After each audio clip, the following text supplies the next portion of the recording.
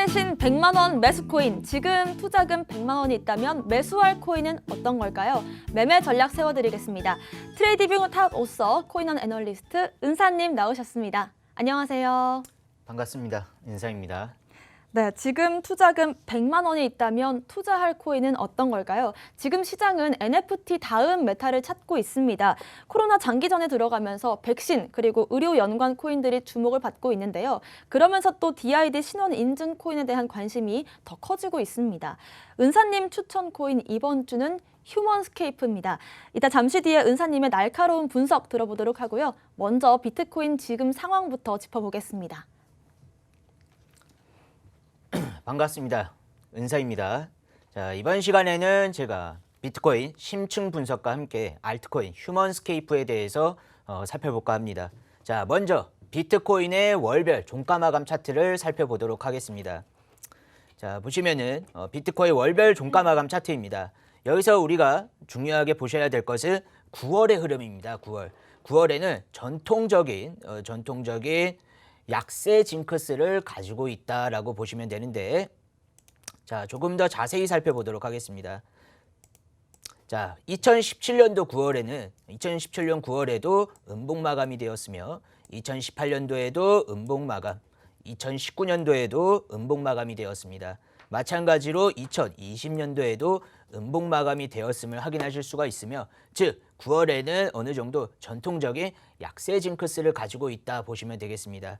이제 2021년 9월의 시가는 47,000불입니다. 주가의 위치가 47,000불 상방에 위치한다면은 양봉이 진행 중이다라고 보시면 되겠고, 주가의 위치가 47,000불 하방에 위치한다면은 음봉이 진행 중이다라고 보시면 되겠습니다.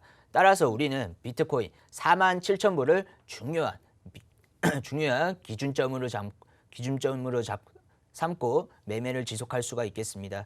이 해당 9월에 이런 약세 흐름이 왜 나올까? 그 원인에 대한 분석을 조금 뒤에 자세히 살펴보도록 하겠습니다. 네, 일단 월별 종가 마감을 한번 살펴봤는데요. 9월의 마감 지표를 보면 2017년부터 2020년까지 각각 8%, 5%, 13%, 7% 이렇게 계속해서 좀 큰 하락세가 나왔습니다. 그리고 지금 시점에서도 그렇게 긍정적인 모습은 안 나오고 있는데, 일단은 47,000선, 47,000달러 부근 지지가 중요해 본다라고 말씀하셨습니다. 그럼 그 이유는 무엇인지, 지금 좀 하락세가 나오고 있는 이유가 있을까요? 자, 그것은 이제 제가 조금 뒤에 자세히 살펴보게 될 텐데, 네. 이제 9월에는 중국의 중추절, 명절, 추석이 껴 있습니다. 네. 이제 추석 이전에는 보통 시장 참여자들이 이제 매수를 지속적으로 하기보다는 이제 매매를 잠시 그만두고 현금화하려는 어떤 그런 움직임이 나오기 때문에 9월에는 어느 정도 약세 모멘텀이 분출되는 그러한 장세라고 보시면 되겠습니다. 네, 중국 중추절에 대한 그 진단도 한번 지금 바로 해볼까요? 예, 알겠습니다. 자, 제가 이제 살펴보게 될 것은 2017년도와 2018년도, 2019년도, 2020년도에 중국 중추절 해당 시점에 어떠한 움직임이 나왔는가, 해당 움직임에 대해서 자세히 살펴볼까 합니다. 자, 먼저 2017년도 중국의 중추절입니다. 이제 중국의 중추절은 정확히 9월에 시작된다라는 게 아니라 9월에서부터 10월 즈음 이제 중추절이 진행이 되는데, 2017년도 중추절 이전의 상황을 보시면은 중추절이 진행되기 이전에 어느 정도 약세 모멘텀이 분출되었음을 확인하실 수가 있습니다. 마찬가지로 2018년도를 보시면은 자, 중추절 이전에 다소 하락 모멘텀이 강하게 분출됨을 확인하실 수가 있으며, 2019년도에도 마찬가지로 중추절 이전에 어느 정도 하락세가 진행이 되었음을 확인하실 수가 있습니다. 뭐 당연히 또 마찬가지로 2020년도에도 중추절 이전에 하락세가 강하게 나옴을 보실 수가 있는데, 이것을 조금 크게 좀 차트가 좀 작아가지고 잘 안 보이실 수도 있는데, 자, 프레임에 맞춰서 보시면은 네. 자, 이렇게 보시면 조금 한눈에 보기가 편하실 텐데, 중추절 이전에는 하락세가 나온다. 중추절 이전에는 하락세가 나온다. 중추절 19년도에도 마찬가지로 중추절 이전에는 하락세가 나온다. 네. 20년에도 중추절 이전에는 하락세가 나옴을 보여줍니다. 즉 이것은 추석 명절에 매매를 지속하기보다는 매매를 잠시 그만두고 이제 현금화하면서 매매를 이제 스탑하는, 매매를 중단하는 그런 어떤 시장 참여자들의 움직임이라고 보여집니다. 자, 이것은 이제 제가 이번에 제가 살펴볼 것은 중추절 이전의 상황과 중추절 해당 기간 중의 상황 움직임과 중추절 이후의 시장의 반응은 어떠하였는지 이 세 가지 이제 세 가지 상황에 대해서 살펴보게 될 텐데, 방금 중추절 이전의 상황은 제가 설명드렸고 네. 이제 중추절 진행 중인 상황을 살펴본다고 하면은 네. 자, 해당 중추절 진행 중인 해당 기간 중에는 별다른 시장의 움직임이 없습니다. 이제 해당 중추절 기간 중에는 명절이다 보니까 뭐 그 별다른 크나큰 움직임은 나오지 않으며 어느 정도 행보 보합세가 진행된다고 보시면 되겠고, 뭐 행보 보합세 중에서도 다소 약세한 성질을 보이는 행보 보합세가 진행되었다라고 보시면 되겠습니다. 마찬가지로 2018년도도 보시면은 2018년도는 여기에서는 중추절에 다소 상승세가 분출이 되었으나 네. 이것을 크게 이런 식으로 박스권으로 보신다면은 이 해당 상승세는 뭐 찐 상승이라고 네. 부릅니다. 횡보까지. 예, 그렇습니다. 찐 상승이라기보다는 그냥 박스권에 갇혀 그냥 움직이는 행보 보합세라고 보시면 되겠고, 행보 보합세 중에서도 다소 강세 시장을 띠는 어떤 행보 보합세가 나와주었다 보면 되겠습니다. 자, 2019년도도 보시면은 뭐 별다른 해당 중추절 추석 기간 동안 별다른 움직임이 나오지 않습니다. 네. 별다른 움직임이 나오지 않고 행보 보합세가 진행되면서 다소 약세한 성질을 보이는 그런 행보 보합세가 진행되었다라고 보시면 되겠습니다. 자, 마찬가지로 2020년도 보시면 2020년에도 보시면은 행보 보합세가 진행이 되는데 다소 약세한 성질을 보이는, 약세한 성격을 보이는 행보 보합세가 진행되었다라고 보시면 되겠습니다. 따라서 우리가 자꾸 제가 마른 기침을 해서 죄송합니다. 이제 중추절 해당 기간 중에는 별다른 시장에 어떤 뭐 변동성도 별로 없고 시장이 좀 별로 안 움직이기 때문에 네. 이런 행보 보합세에서는 매수 들어가면은 매수 포지션을 함부로 잡으면은 피말립니다. 굉장히 네. 시장이 느리게 움직이기 때문에 이러한 어떤 명절, 저희도 이제 명절이 다가오니까 추석이 다가오니까 해당 추석 기간에는 매매를 여러분들도 잠시 쉬시면서 이제 중추절 이후 움직임이 상당히 중요한데 중추절 이후부터 매매 전략을 수립하시는 게 좋겠습니다. 자, 여기서 이제 정말 중요한 중추절 이후의 상황에 대해서 또 이제 살펴본다고 하면은 네. 자, 2017년도입니다. 2017년도. 자, 먼저 2017년도를 보시면은 중추절이 끝나자마자 상승세가 강하게 분출되는 것을 보실 수가 네. 있습니다. 2018년도는 다소 움직임이 2017년도와 다르긴 한데 자, 보시면은 중추절이 끝나고 바로 움직임이 나오는 게 아니라 조금 더 행보 보합세가 진행이 되다가 이것을 휩소라고 하는데 속임수입니다. 페이크 무빙이라고 부르는데 이제 페이크 무빙으로 다소 하락을 했다가 바로 또 강한 상승세가 분출됨을 보실 수가 있으며 2019년도 마찬가지입니다. 마찬가지 2019년도에도 해당 중추절 기간 동안 별다른 움직임이 나오지 않다가 중추절이 끝나고도 뭐 행보 보합세가 지속이 됩니다. 그러다가 2018년도와 마찬가지로 휩소, 네. 휩소라고 하면 속임수, 페이크 무빙을 의미하는데 뭐 쉽게 얘기해서 속칭, 개미털기라고 합니다. 네. 이러한 어떤 개미털기 움직임을 보여준 다음 아주 상승세가 강하게 분출됨을 보실 수가 있습니다.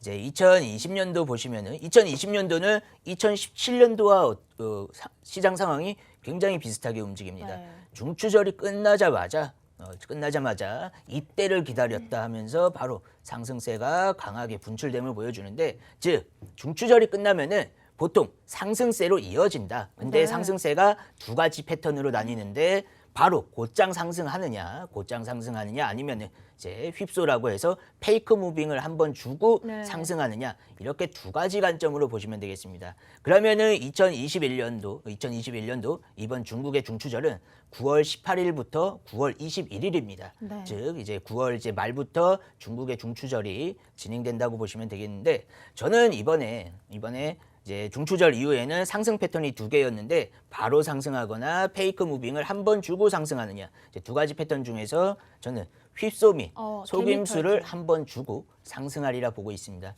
이에 대한 부분은 제가 조금 이따가 또 왜 그렇게 보는지 네. 상세히 이제 또 답변 드리도록 하겠습니다. 네, 한번 4년간의 데이터를 짚어주셨습니다. 일단은 지금 9월이 약세장이 좀 이어지고 있는데 이번 달에 가장 좀 큰 이벤트 중에 하나가 중국의 중추절이라고 짚어주셨습니다. 올해에는 9월 18일부터 21일까지인데요.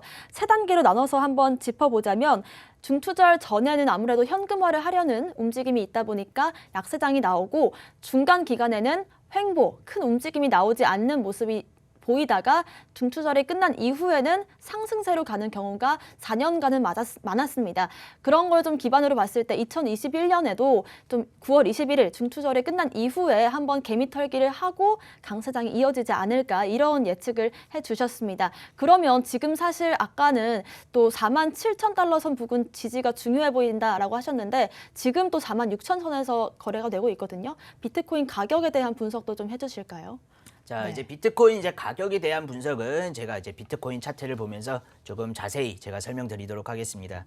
자, 이제 제가 지금 살펴볼 것은 현재의 시장 상황과 일단 이번 직전 지난 상승장에 대한 이 구조적 형태가 매우 유사함을 보여줍니다. 매우 유사함을 보여주기 때문에 해당 이제 관점을 조금 더 자세히 보신다고 하면은 2021년 2월에서부터 4월 대상승장에서도 분명 고점이 상승하면서 대상승장을 보여주었으나 이제 상대 강도 지수인 RSI를 보시면은 오히려 보조 지표는 고점이 낮아지면서 약세 다이버전스를 보여줍니다. 네. 그에 따라 이제 이 지난 상승장에도 보시면은 고점을 찍고 커다란 음봉이 나오면서 다소 이제 추세가 꺾임을 확인하실 수가 있는데 지금 시장 상황도 이때와 굉장히 유사합니다. 보시면은 이 해당 뭐 보이실지 모르겠지만 이 커다란 음봉이 현재 이 음봉과 굉장히 유사해 보입니다. 네. 따라서 이 직전의 상승장과 어떤 프랙탈 구조의 유사성을 본다면은 이때 움직임이 만약 이대로 흘러간다고 하면은 이때가 움직임이 음봉이 나오고 단기 반등이 나와줍니다. 지금도 보시면은 커다란 음봉이 나왔으나 단기 반등이 나와주는 모습을 보여주고 해당 단기 반등이 바로 상승장으로 이어지는 게 아니라 여기서 지난 상승장에서도 보시면은 저점을 이탈하며 이것을 이제 휩소라고 하는데 이제 페이크 무빙이 한번 나와줍니다. 이번에도 그러면 비슷하게 흘러간다고 하면은 바로 곧장 상승하는 게 아니라 여기서 한번 저점을 이탈해주는 저점을 한 번 더 갱신해주는 그런 어떤 페이크 무빙이 나올 것이라 보고 있고 그러면서 여기서 보시면은 상승세가 아주 강하게 다시 분출됨을 보실 수가 있는데 이번에도 마찬가지로 상승세가 이제 저점을 단기적으로 이탈했다가 그런 어떤 페이크 무빙을 보여주고 반등세가 강하게 나오리라 보고 있습니다. 따라서 제가 아까 말씀드린 이 중추절에 이러한 2018년도와 2019년도와 비슷한 이러한 단기적으로 저점을 이탈하며 페이크 무빙을 한번 주고 큰 급등하는 이런 장세가 2021년 9월 이번 중국 중추절에도 비슷한 움직임이 나오지 않을까 그렇게 고려하고 있습니다. 그럼 한마디로 비트코인 매매 전략을 한번 정리를 해보자면 중장기적인 투자보다는 지금 시점에서는 좀 단기적인 트레이딩이 좋을 수도 있겠네요. 예, 그렇습니다. 네. 지금은 사실 제가 매수는 조금 자제하시면서 네. 제가 지금 바라는 것은 더욱더 조심스럽게. 저렴한 가격, 네. 좋은 가격, 좋은 자리에서 진입하기 위해 기다리고 있다라고 네. 보시면 되겠고 그리고 그 시점은 9월 말에서 10월 초 정도가 될 예, 것이다라는 그렇습니다. 말씀이시죠? 뭐 중국 중추절 해당 기간 중에는 뭐 커다란 움직임은 나오지 않을 것으로 보기 때문에 이제 중추절이 끝남과 동시에 조금 이제 저점을 이탈하면서 페이크 무빙이 나왔을 때 우리는 저렴한 가격에 더욱더 저렴한 가격에 매수 전략을 펼쳐 보일 수가 있겠습니다. 네, 그럼 바로 오늘의 코인이죠. 휴먼스케이프 매매 전략도 한번 살펴보겠습니다. 지금 100만 원이 있다면 여러분은 어디에 투자하시겠습니까? 저희는 휴먼스케이프 한번 분석해 보겠습니다. DID 코인인데요. DID는 Decentralized Identify입니다. 우리가 기존에 신원을 확인하기 위해서 주민등록번호를 썼던 것처럼 DID는 탈중앙화된 신원 확인 방법입니다. 자기 정보에 대한 통제권을 완전히 자기가 갖게 되는 시스템인데요. 백신 여권 코인이 화두에 오르면서 DID도 화제가 됐습니다. 국내 유일의 희귀 난치성 질환인 전주기 플랫폼 레어노트를 보유한 헬스케어 데이터 기업인데요. 휴먼스케이프가 이번에 대웅제약과 함께 협력을 맺었습니다. 그리고 또 휴먼스케이프는 2018년 카카오가 구축한 이 클레이튼의 생태계 처음 합류한 이 기업인데요. 휴먼스케이프 코인 매매 전략 한번 어떻게 세워볼까요? 자, 이번에 제가 살펴볼 것은 휴먼스케이프입니다. 휴먼스케이프가 이번에 단기 하락이 나왔을 때 네. 상승 반응비가 어느 정도가 됐는지 제가 유심히 살펴본 결과 네. 굉장히 상승 반응이 좋은 코인으로 보였습니다. 보시면은 네. 거의 뭐 단기 조정이 나왔으나 순식간에 단기 반등하는 모습을 보여주면서 어느 정도 이게 매수세가 붙고 있는 코인이다. 수급이 어느 정도 지금 붙고 있기 때문에 네. 나중에 수급이 이미 다 붙은 다음 진입하면 늦기 때문에 지금부터 슬슬 제가 아까 말씀드린 대로 비트코인이 한 번 더 저점을 낮춰줄 것이라 보기 때문에 네. 해당 저점을 낮춰주는 순간 우리는 이 휴먼스케이프에 대해서 매수 전략을 수립할 수가 있겠고 현재 휴먼스케이프의 가격이 150원입니다. 150원대인데 지금 제가 뭐 계속 같은 말 반복이지만 지금 가격에서 매수 진입하기라 다소 메리트가 없다 보여집니다. 따라서 휴먼스케이프가 점점 가격이 낮춰짐에 따라 뭐 130원대에 도달한다면은 1차 분할 매수, 더 가격이 내려가서 100원대에 도달한다면은 2차 분할 매수로서 대응할 수가 있겠고 한 100원대의 하방 이탈은 어렵지 않나 조심스럽게 예상하고 있고 100원대에서는 적극적으로 매수에 동참하실 수가 있겠고 이것에 대한 리스크 관리는 비트코인이 혹시나 48,000불 하방으로 이탈한다면은 이때부터는 휴먼스케이프뿐만 아니라 대부분의 혹시 매수한 종목들이 있다면은 다소 비중을 줄여주시면서 리스크 관리를 해주시는 게 좋을 것으로 보여집니다. 네, 휴먼스케이프 매매 전략과 함께 리스크 관리 팁까지 주셨습니다. 오늘 저희가 준비한 내용은 여기까지고요. 또 본 방송에서 제공하는 정보는 투자 판단의 참고 자료일 뿐이며 특정 자산 가치의 상승과 하락을 보장하지 않는다는 점 유의하시길 바라겠습니다. 저희는 다음 이 시간에 오겠습니다. 시청자 여러분, 성투하세요.